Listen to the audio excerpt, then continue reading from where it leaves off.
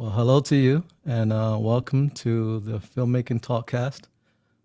And I appreciate you showing up and giving me a bit of your time. I know you're a busy man, and I appreciate you making some time for this. So, how's your time? How's your day going so far?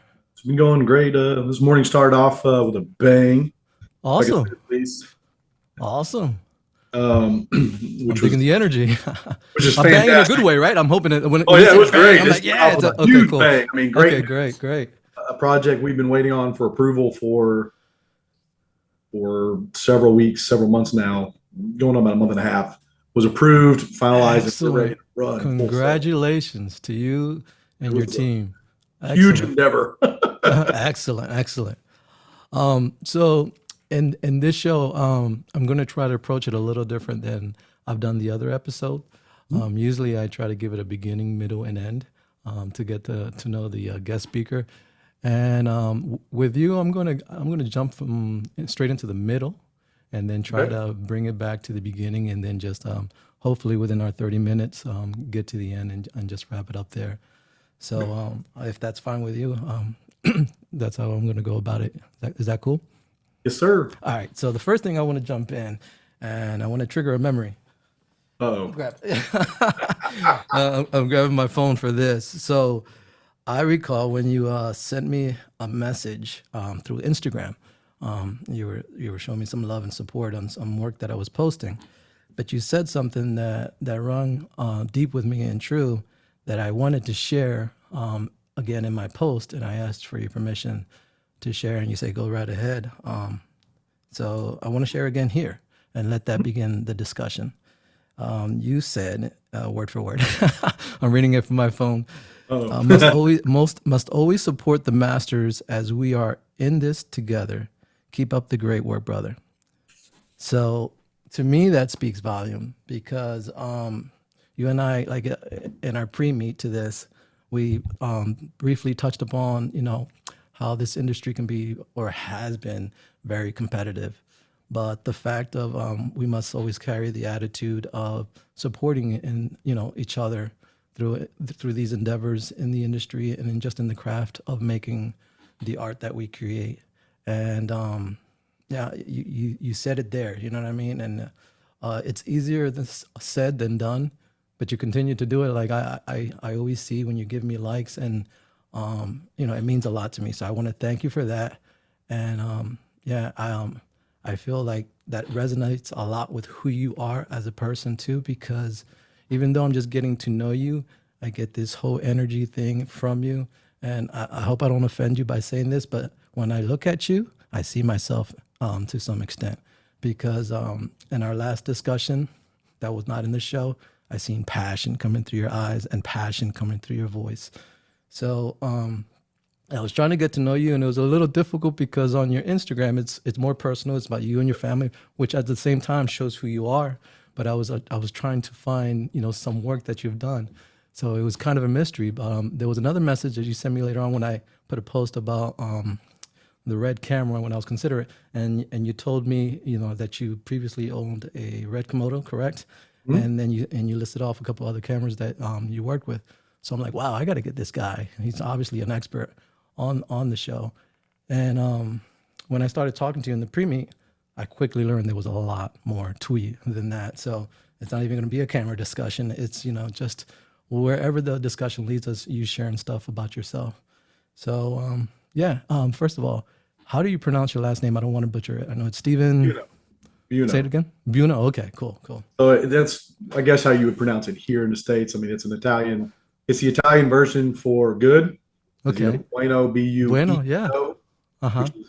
which is It's comparable with Spanish. Some sure. Italian words are similar to Spanish, so sometimes we can understand certain words from the different languages. Now, you go to a true Italian, they probably pronounce it a little bit different, but Gotcha. the Awesome.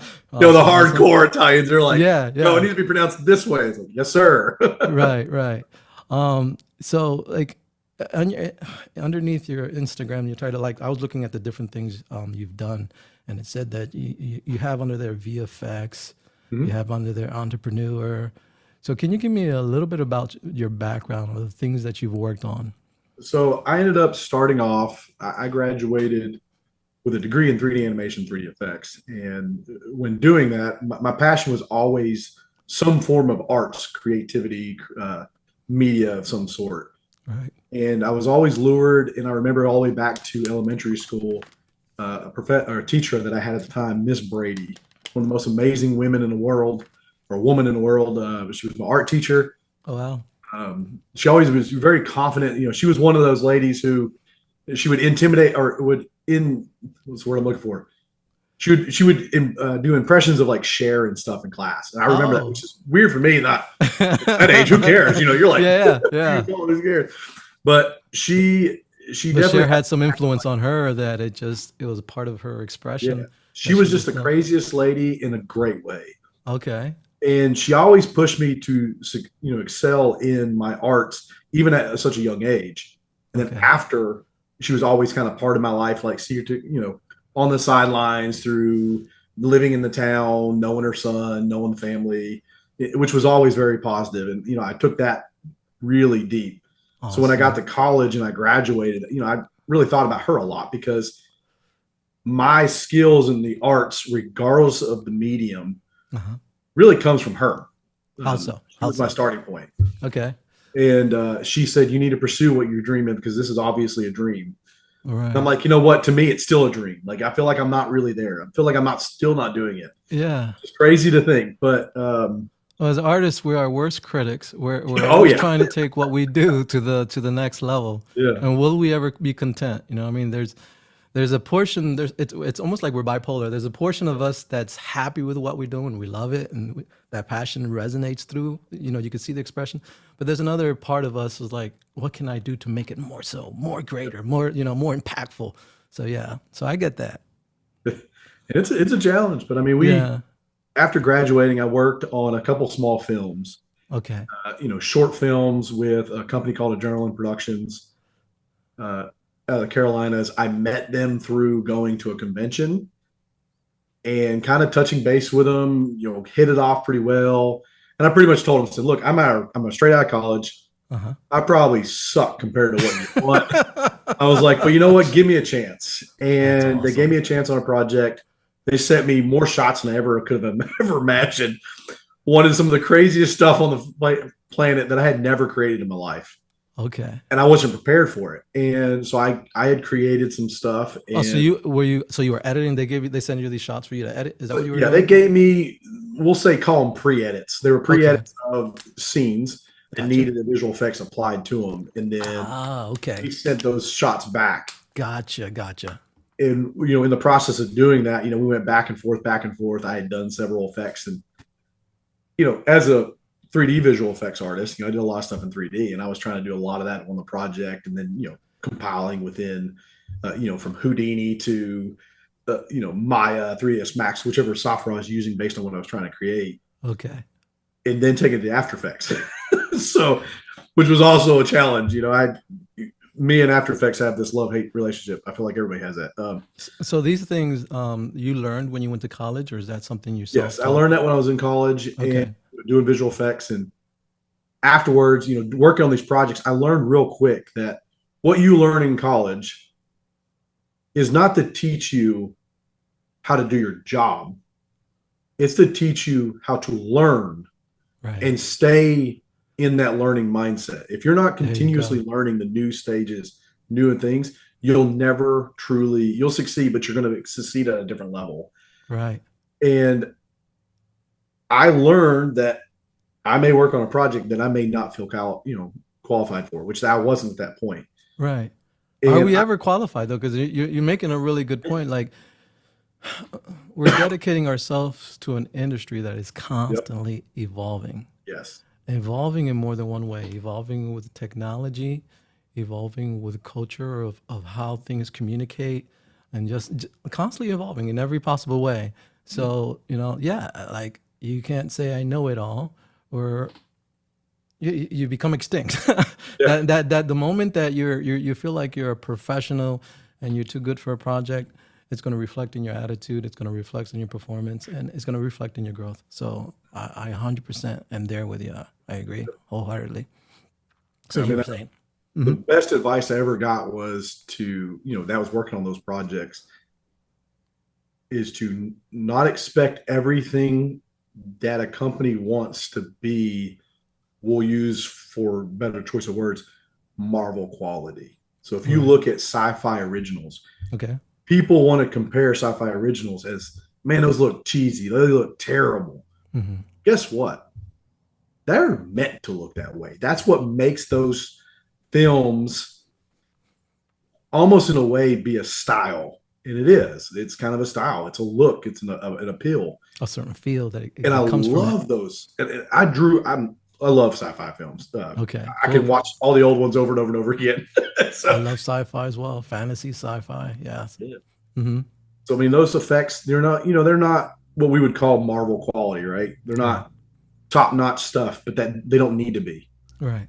It's the story, it's the fun, it's that jazzy feel to it, which is beautiful in me. Right. Because not every art has its own.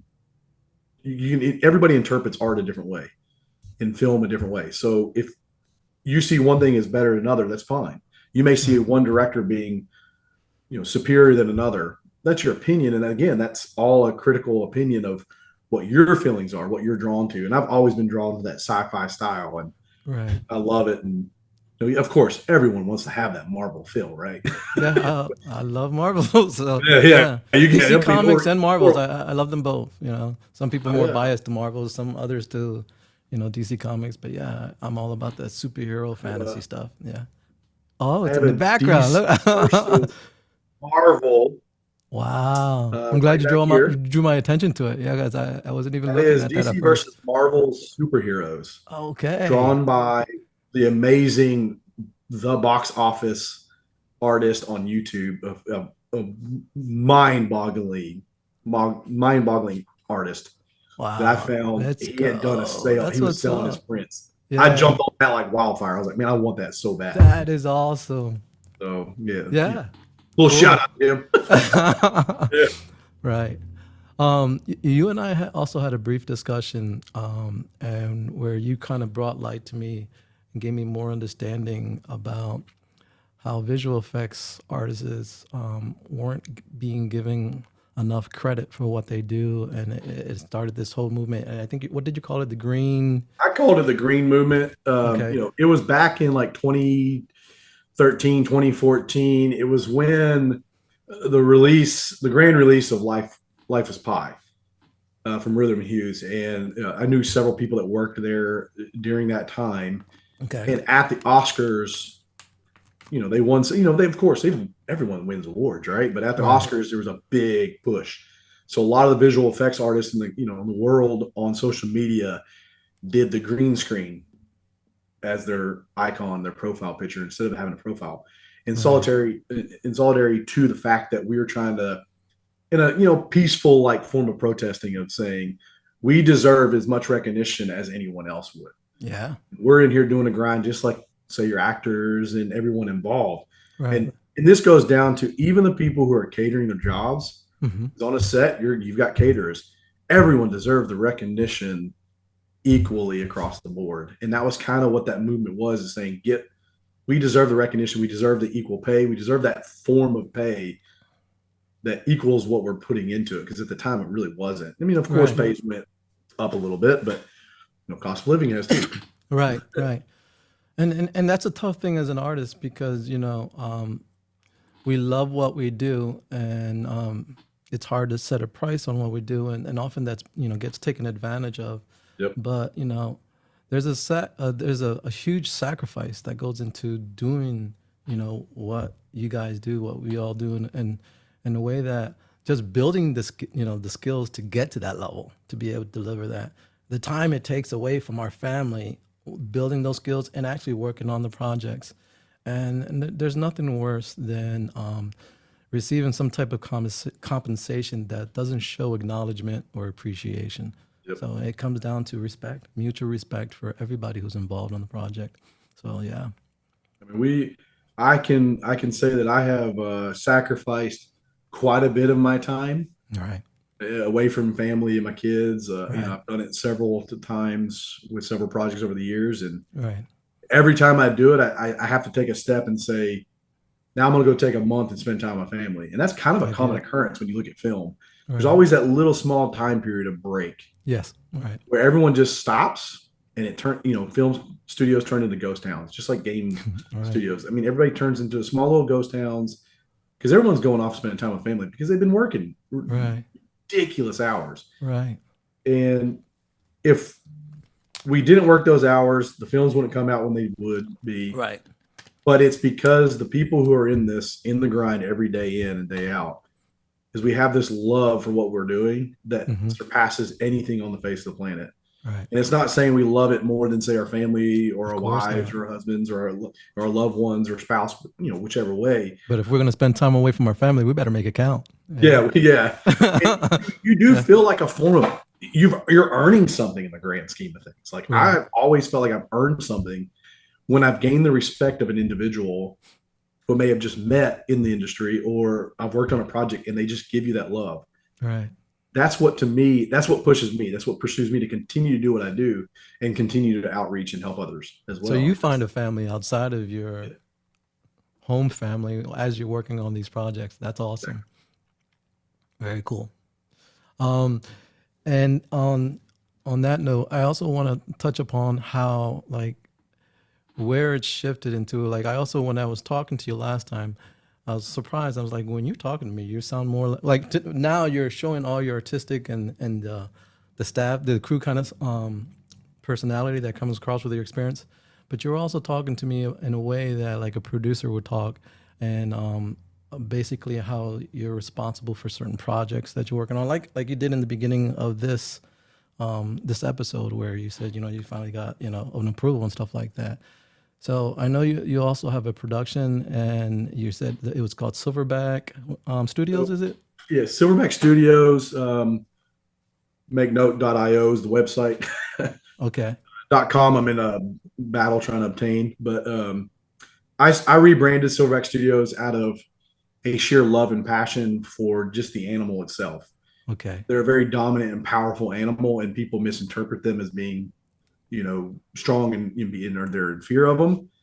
But we look at it this way: is silverbacks are coming, and we're going to support you the whole way through. We're Okay. your backbones, you're your shoulders. Climb on, let's ride, and we're going to run through that wall. We're going to take you to the finish line, regardless of what it takes. Awesome. That's who we are, and that was why I rebranded. I'm in the process of rebranding the company to that. And Okay. absolutely love the pride and the passion that everyone has for it, and we're part of multiple. We do have other brands or other companies per se that we funnel to. So if a project comes to us that we don't that meets a level where we're not really necessarily able to do because of demand or that we can hand off to other people, we've created a group of companies that we can hand off to. There's several out there. One I am a partner of, which is The Astronaut. Okay. We launched that beginning of the year. Great individuals involved with that project and that company as well. And I'm on more of like a producer level with them, kind of feeding the Right. projects, overseeing things. We give each other insights, but they're working on the projects more than I am physically, which is the beauty of it. Is we have a love relationship in that kind of concept, as they know that I'm here to support them in any form or fashion they needed, no matter what it is. Even look over a budget, look over something, look over just plain documents, even Okay. legal documents. You always want Right. to look at that, and that's Right. what we're here for. And that's what I have taken such a great pride in. Is I want to look at ways to excel on a project without destroying the budget in the process. Because budget is sometimes a conscious thing that we need to be aware of. Not everyone Right. has the funds to pull off Right. large scale things. So let's be aware of there's ways of doing something a million different ways. So that's how I look at it, and I also try to cross navigate from my history. And That's the tax and demand of a producer yep, is finishing the scope of the project within budget and within time, and yet trying not to sacrifice quality. yep, And it's a difficult responsibility. it's a process, Right. Right. Right. but it's something that I truly like. I really highly enjoy it, and I've enjoyed it for several years now. That it's almost become like second nature to a point where Gotcha. it I can see something, look at it, kind of like evaluate it, and go, wait a minute, there may be something we can do here, and then I can give options and lay those options out and say, I'm not saying this isn't a good option. I'm saying look at these as maybe a plan B, C option, because you never know in film. Nothing ever goes the way you truly want it to half the time. Right, Even right, with doing photography, your right, camera messes up, something right. jacks up. You have to be prepared to Always have that improvise. plan B set up. Yep. Right, right. And I appreciate the fact of someone like, this is going to sound very biased, what I'm about to say. So I may end up putting my foot in my mouth later on. But I appreciate the fact of someone like you becoming a producer as opposed to someone who may have not worked the ground up. Because if you're 100% business mind, which you can be as a producer, then you can only be looking and focusing on the profit margin. I mean, for your investors, that's what they're more focused on, how big of a profit margin and making that appealing. And even to the extent where it seems like appreciation is lost to the people who create these things. And, you're being willing to cut the bottom, make some cuts Yep. here and cuts there. But you, like listening to you talk through the show, have been through the paces, have friends in the field, and seen firsthand how it affects, when the right type of respect is not given for the people who you acquire to work on these projects. So it's nice to see that, there's, some balance in that whole scheme of things, because you still have to make a profit, but I think it's one thing to make a fair profit where, the people that work for you still kind of win, and the people who put the money on the line to make this happen also win, as opposed to be just, it's all profit. It's a game for profit. And I think mutual respect needs to be made between business and art, and you have that. So it makes me feel good that, I think there needs to be more people like you. Yeah, I mean, I take a pride in it. I mean, we like to kind of add to that a little bit is, I'm working on a project as a documentary of a beautiful story of an individual who actually was here in we'll say the Tampa Bay area back during slavery time frame. And we're going to tell this woman's story, and I'm looking Okay. highly forward to doing it Awesome. as a producing company with another company who's doing the actual production work. And it's been a beauty to work with another company and kind of Right. overseeing and helping even coach a newcomer to the industry. And just seeing the pride from him has kind of given me additional pride, and that push he has is now pushing me further to continue to pursue, because we always need that push. You never know, that Right. newcomer may have an idea that you didn't, and the older the older guys may have an idea you didn't think of. So it's nice to be able to have that ability. But being able to produce on this project's been kind of an honor, and the story is going to be beautiful when it's said and told. It's kind of like a doco bio Awesome. kind of setup, and looking forward to pulling it off. And it's been one of those, it's a small project, right? It's not like Discovery Network that Right. we're working with right now. Right. It's a totally different setup, just Right. totally different, and smaller scale, but just as equally important. Right. And just to be clear, I think you're close to home, aren't you? I think you're here in Tampa, Florida, or Yeah, where are you based at? I'm in the Lakeland area. Okay, Lakeland. Okay, cool, cool. And yeah, I'm always seeing in your stories that like you're staying active. It's like you're out there checking out different studios that may have opened up. I think I've seen you visiting a virtual production. Or was it VU or something like that? Huge studios, Right. which there's the original location was in Tampa. They have several other locations: Vegas, Okay. Nashville, Right. and Orlando now. Okay. And fantastic individuals who created the View Studio, Tim, John, and Anthony, and all them. Everyone involved at View is just Right. absolutely astonishing that I've dealt with and met with. Now, do you work with virtual production yourself? Is that something from being a 3D artist that you have crossed over, or are you just looking into it? Where are you at with So that? that's kind of, it's interesting because as a 3D animator and a visual effects artist, we've learned in school we learned a gambit of stuff. Okay. You learned your typical graphic design stuff to a certain point, and then you transition. Then, well, at least that's how the curriculum worked where I Right. went and at East Tennessee State. And with the process of that, you also learned a little bit of game development. You learned a little bit of 3D modeling. And as an animator, you kind of need to know 3D modeling because you need to know how to work with the muscles, work with the joints, the IK, and all that. Right. The motions of the the rigs that you're dealing with and the characters, or even, rigid body stuff. So you've got to be able to deal with that Right. from an effects side to an animation side. So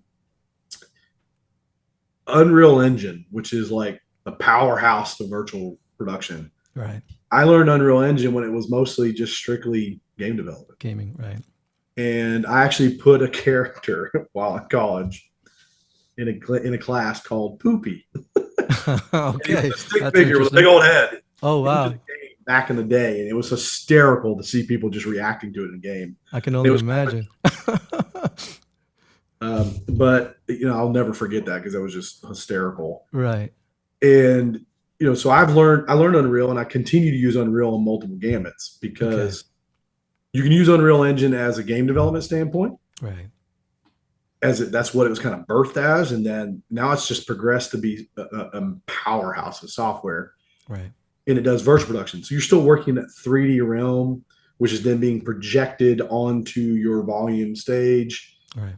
and you're utilizing is almost like real world, almost lighting in a sense too. So as you Yeah. know, with lighting, Yeah. now you have a sense of real world lighting because you can turn up your white balances. You can Right. turn up those lights and almost create a light as if it's there when in reality. Instead of having a it's green great. screen spill on you, Yeah, actually, right. and it Hmm. creates more of a wrap. Right. You get more of that feel as if the character's truly in the environment, Right. when in reality they're not. They're just sitting in front of a screen, and that's why it looks so real, Right. because of that effect. Is you're getting those real world effects, or even the environment is actually projecting a light, just Right. like any television in the world.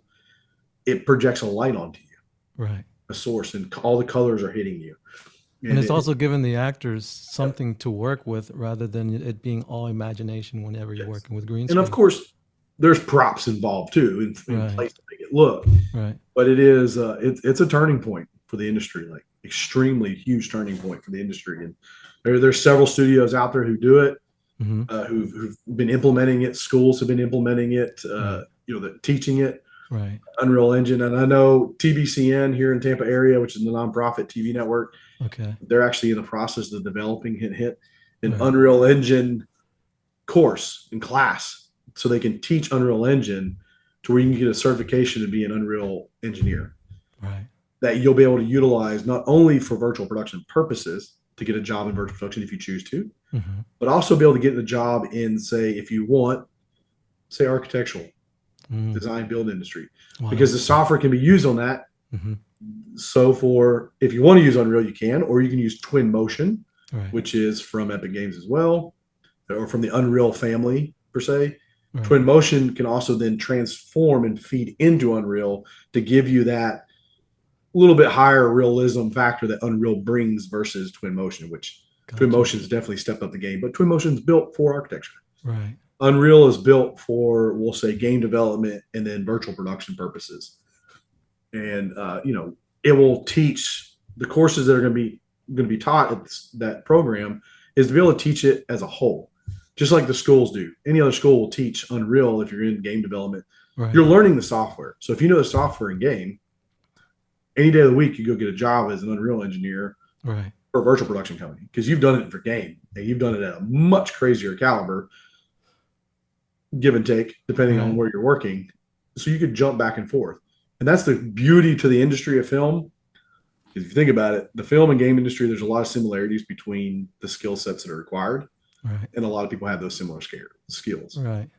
This is interesting because, like I recall, like back in the day, for game developers, they were like hiring like film people to do the shorts, trailers that Yep. was used to promote the game. But now there's this big crossover where it's become a whole beast of its own, where it's become a vital part for film production in itself. So like, and it's limited, like you said, it's limitless. The things that you can do with that software, it's constantly evolving. So yeah, You can create any impressive. world, any environment, anything you want with that. Right, Stand in front of it, and boom, you're in a whole nother world. right, Versus having to try to find a location. yeah, Now that location comes to you. And right, it eliminates a huge amount of your pre-production, and I won't say a huge amount of pre. It's more your post-production, because a lot of your post is being completed during your production filming. right, process. So it does eliminate a lot of stuff. So it's a beauty. Right. It's absolute beauty. So So I just got looking that forward beep. to seeing how far that goes. Right. I got that beep. Our time here is coming to an end, so we're going to wrap it up. One last thing I would like to mention, because again, it seems that family is at the heart of who you are, and I want to draw a little more attention to how that's impactful to you. You mentioned to me that you come from a family of engineers, which to me translates a family of brainiacs. So if you can kind of tell me, like, a little bit about that again. I think you said you're from Tennessee, and just, a little background, and we'll try to wrap it up on that if you don't mind. I was born in Columbus, Ohio. When I was very, very young, my family moved to Eastern Tennessee for a job that my dad ended up getting. Right. Lived in East Tennessee pretty much up to graduating college.